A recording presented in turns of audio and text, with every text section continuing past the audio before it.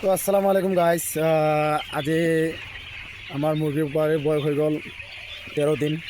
আজি আমি ৰাতিপুৱাই পুৱাই এস্কেল গোল্ড আৰু লিভাৰ একলগ কৰি পানীৰ লগত একলগ কৰি আজি খুৱাই আছোঁ। আৰু মুৰ্গীখিনিয়ে এনেকুৱাকৈ দানাখিনি খাই আছে,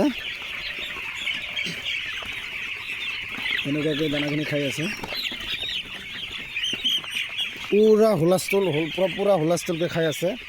তাৰমানে বৰ্তমান প্ৰায় 8টা বাজিলে, ৰাতিপুৱাই 8টা বাজিলে, কিন্তু কামখিনি ৰেগিং মাৰা আদি কৰি বহুত ধৰণৰ কাম থাকে। তাৰ কাৰণে অলপ দানাটো দিয়াতে ৰাতিপুৱাই অলপ পলম হৈ যায়। কিন্তু এটা কথা মই আপোনালোকক কৈয়ে থাকোঁ যে এইবাৰ কিডনী প্ৰব্লেমটো বেছি হৈছে। কিডনী প্ৰব্লেমটো সেইকাৰণে বেছি হৈছে, এইটো ছিজন কি হ'ল, না ঠাণ্ডা না গৰম, সেনেকুৱা ধৰণৰ দিনটো আহি পৰিছে। সেইকাৰণে কিডনী প্ৰব্লেমটো বেলেগ মানে বেছিকৈ হৈছে। আৰু দানাৰ লগত মই যে ক'লোঁ যে এস্কেল গোল্ড আদি কৰি কিডনীৰ ঔষধ খুৱাই আছোঁ।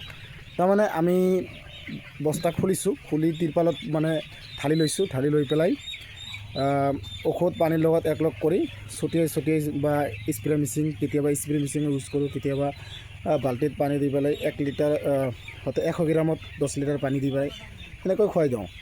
আমি এনেকুৱা ধৰণৰ তিৰপালত কৰিছোঁ, এনেকুৱা ধৰণৰ। আৰু এটা কথা হ'ল, JB কোম্পানীত যিটো দানা হয়, সেইটো দানাত এনেকুৱা ভিটামিন আছে, বেছি মানে ঔষধ নালাগে, অনলি খালি আমি বেছিভাগে লিভাৰে খুৱাওঁ। লিভাৰ খোৱালিয়ে বাকী আগৰ দস্তাত আমি বেছিভাগে লিভাৰে খুৱাইছোঁ, বাকী কোনো ধৰণৰ ঔষধে ইমান খোৱা নাই। কিন্তু এইবাৰ কি হ'ল, দুৰ্ভাগ্যবশতঃ এইবাৰৰ ছিজনটো ভালে, বেয়া নহয়, কিন্তু অলপ বেমাৰটো বেছি। কিন্তু সেইটো বেমাৰ বেছি বুলি নকওঁ, কাৰণ লিভাৰৰ প্ৰব্লেমটো হয়েই, কাৰণ বতৰৰ লগতো হয়। আৰু যিটো হেৰিটো থাকে, ঘোণটো থাকে, বা আমি যিটো লিটাৰ কওঁ, লিটাৰটোৰ কাৰণেও হয়। আৰু JBৰ যিটো দানা হয়, দানাৰ পেকেটটো কেনেকুৱা বা কি নামৰ দানা, যে ইয়াৰ গুণাগুণটো কি, আৰু দানাৰটো বস্তাটো আপোনালোকে জানে, বা যে JB কচমিক নামৰ যিটো দানা সেইটো খুৱায়, আৰু প্ৰিমিয়ামত খুৱায়। প্ৰিমিয়ামটোৰ নাম বা কি আছিল মনত নাই ভালকৈ, মানে বহুত দিন হয় এৰি দিছোঁ, এইকাৰণে মনত নাই। কিন্তু এইটো চাওক দানা,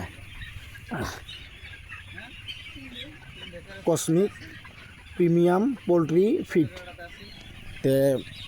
ইয়াৰ বস্তাটো ছিষ্টেমটোও বেলেগ, আৰু বস্তাটো বহুত হেভি। কেতিয়াবা পানী চানী বৰষুণ দিলেও, আহোঁতে যদি বৰষুণো দেয়, তেতিয়াও সেয়াৰ নষ্ট নহয় আৰু কি, হেৰিটো দানাটো বহুত ভাল। আৰু ভিতৰত অলপ যাই চাওঁ, তেনেকুৱা ধৰণৰ পৰিস্থিতি চলি আছে। ৰাতিপুৱাই দানাখিনি খাই আছে মুৰ্গীয়ে।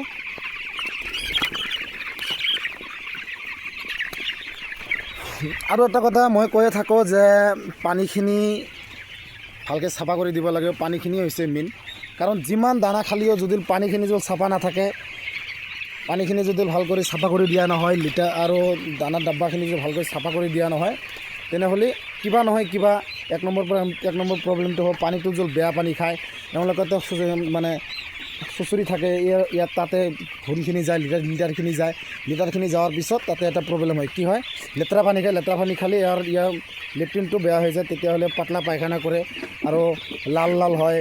সেইটোও মানে প্ৰব্লেম। সেইটো প্ৰব্লেম হ'লে কি হয়, মুৰ্গীটো খাব ঠিকে, ৱেটটো নিদিব।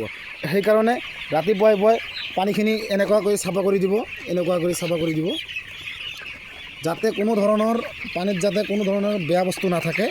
বেয়া বস্তু থাকিলেই মুৰ্গীয়ে খাব, মুৰ্গীয়ে খালিয়ে তেতিয়া বেমাৰটো লাগি যাব। বেমাৰটো লাগিলেতো আপোনালোকে জানে যে আমি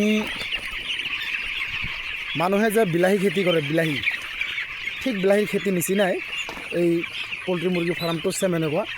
যদি বেমাৰ লাগিলে আধা ঘণ্টা বা 1 ঘণ্টাৰ পিছতে ইয়াৰ যিকোনো ট্ৰিটমেণ্ট ল'ব লাগিব, নহ'লে কথা বেয়া আছে, সেনেকুৱা ধৰণৰ বস্তু।